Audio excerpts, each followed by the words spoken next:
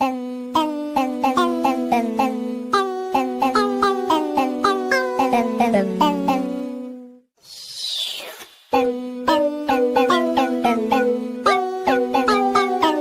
الله وبركاته. ازيكم عاملين ايه؟ يا رب تكونوا بخير. اللهم صل وسلم وبارك على سيدنا محمد وعلى اله وصحبه اجمعين. النهارده هنعمل حلوه طيب او حاجه كده حلوه بتاكلوها بعد الغداء او في العشاء يعتبر. مكوناتها ايه؟ عندنا علبه بسكوت اهلاوي اللي هو دوت. تمام. دوت مكوناته بسكوت، كريم كراميل، كريم شانتيه.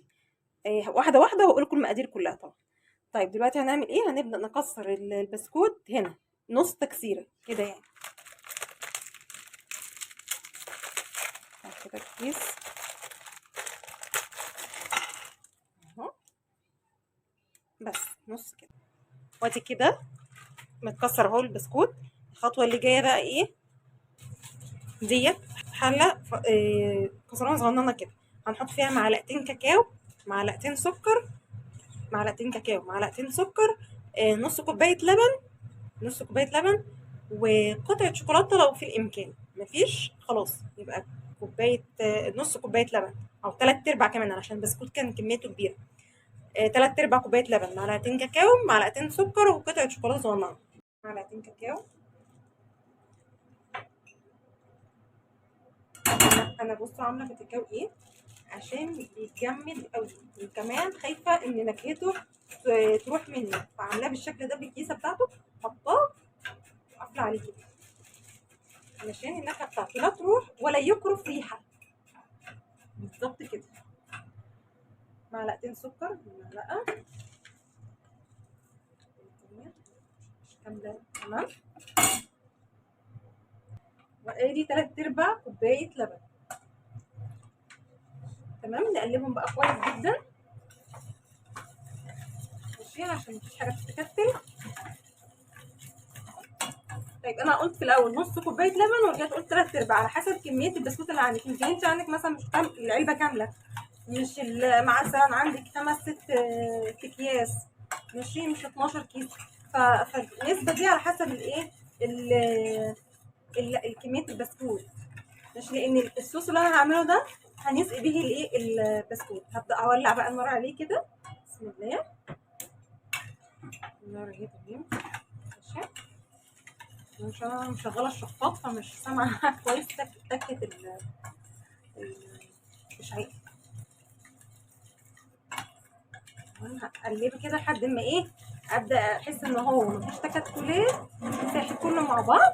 واحط ايه، قطعه شوكولاته يعني قارب كده، يعني قطعه كده صغننه او قطعه يعني حسب اللي عندك. مش عايز تحطيها ما تحطهاش، مش مشكله، دي حاجه ايه اختياريه. ده صوص هيتحط على البسكوت، تفضلي تقلبي فيه كده ماشي. اول ما تحسي ان هو بينمل هنطفي عليه. بصوا كده، بصوا نمل من حوالين. هديت النار عشان ما يتحرقش مني. بدا يتقل اهو الصوص. اروح حاطه ايه، قطعه شوكولاته. بسم الله الرحمن الرحيم. حطيتها فين؟ بسم الله. ادي قطعه الشوكولاته اهي، هتدي طعم تاني مع الصوص ده. سيبها بقى تسيح براحتها ماشي. واروح اعمل ايه، الكراميل بتاعنا، الكريمه والكريم كراميل الاتنين مع بعض.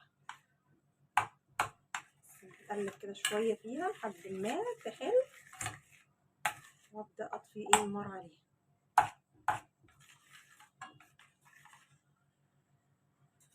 بصوا الصوص بقى جميل. يلا نعمل الايه، الكريم. دلوقتي كده ايه معانا، كيس كريم شانتيه، كيس كريم كراميل او علبه كريم كراميل حلو الشام، ايا كان النوع بقى، بس هو كريم كراميل. وادي الكيس كريم شانتيه. نفتح بقى ونحط ده من هنا. بسم الله.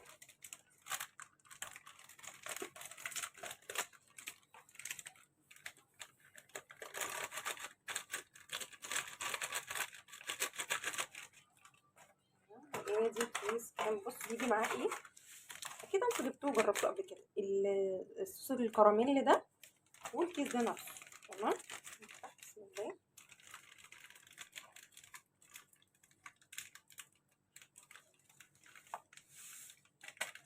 ده مع بعض لا هنحتاجه بس شويه كده.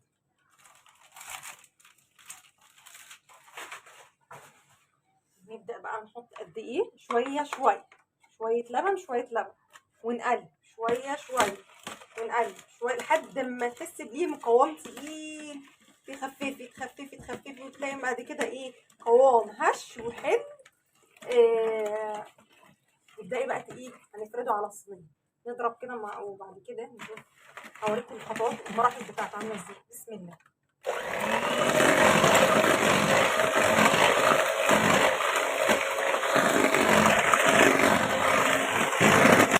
بصوا كده بعد 3 دقايق من الضرب، بصوا عملت ازاي. كده كده احط لها كمان لبن، يعني مش كتير.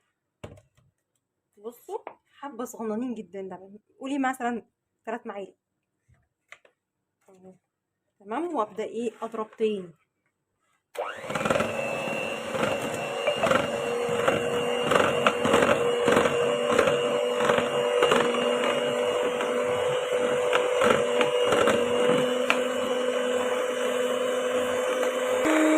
بصوا كده،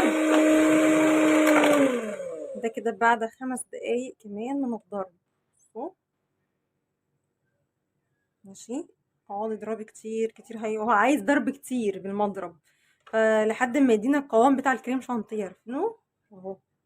ما اداكيش القوام، اداكي فضل بالمنظر ده، مش مشكله، تفرديه وبيدي نفس الطعم وبيدي حاجه تحفه يعني، متقلقيش.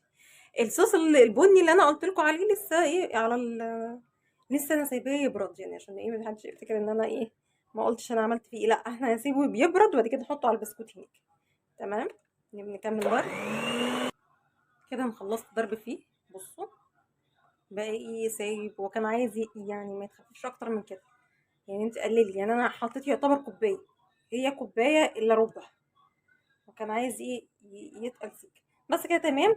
هبدا انا دلوقتي هحط الصوص على البسكوت وتشوفوا انا هعمل ايه. خليكم معايا كده. بصوا الصوص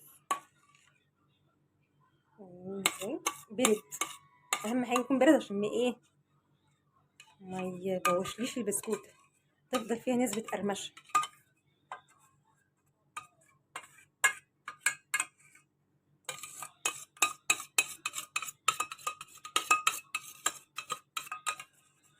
يبقى في ايديا سباتولا ننضف لي كل الكلام ده.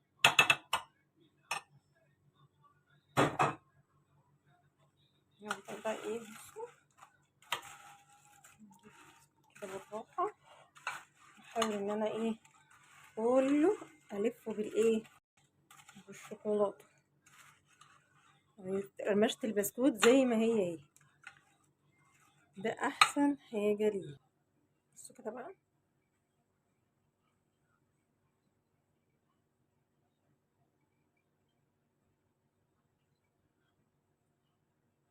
عارفين احساس البارشميلو؟ انا دقت دلوقتي طعمها عامل بالظبط زي البارشميلو.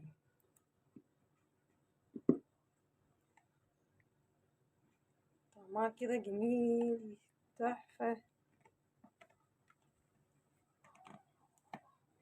انتوا ممكن تجيبوا قارب اصغر من كده وهيديكوا اللي هو اكتر، تقللوا من نسبه البسكوت، بس احنا عشان بنحبها قوي فانا زودت في البسكوت، قلت كده كده هيطعم بالشوكولاته فطعمه خطير، مش مشكله عندي ان الكريمه تبقى كتير قليله او كتير.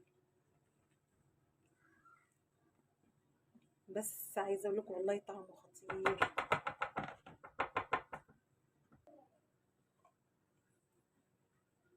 بصوا الشوكولاته اللي تحت اندمجت مع الشوكولاته الايه مع الكريمه اللي انا حطيتها.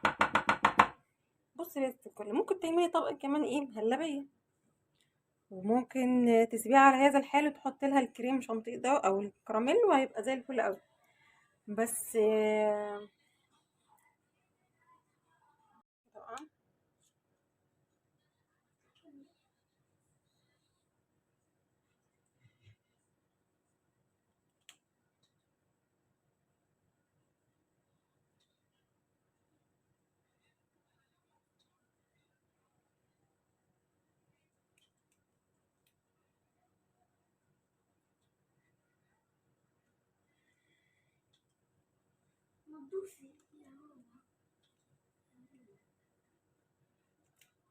اما لحد ما اخلصوا الايه الكراميل ده كله.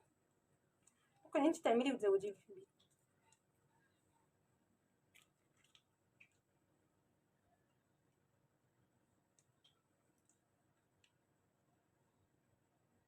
جربيها والله تحفه. ممكن يكون الشكل مش شدك قوي بس جميله كمان، خصوصا لو انت زودت في الكريمه وكريم كراميل. تمام كده. حطها بقى في التلاجة بعد ساعة بالظبط كده تكون مسكت نفسها كله، البسكوتة مع حتة الكراميل مع الكريم كراميل نفسه، حاجة كده تطلع تحفة.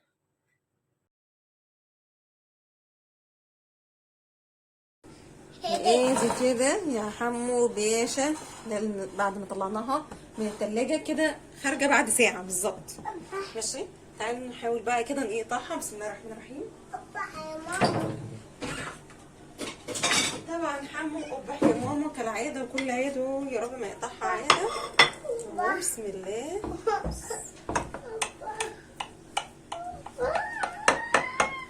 حاضر يا ميرو. هي تفتكر الاكل كده بتيجي ناكلها كده من الصينية؟ حابة ان انا اكلها كده. تعالي يا حمو بصوا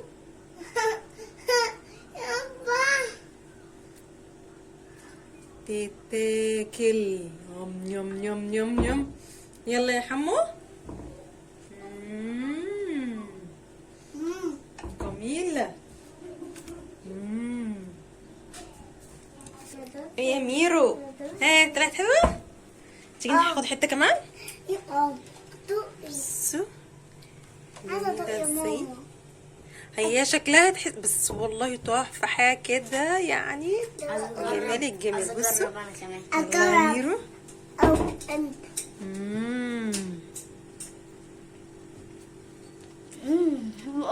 الله.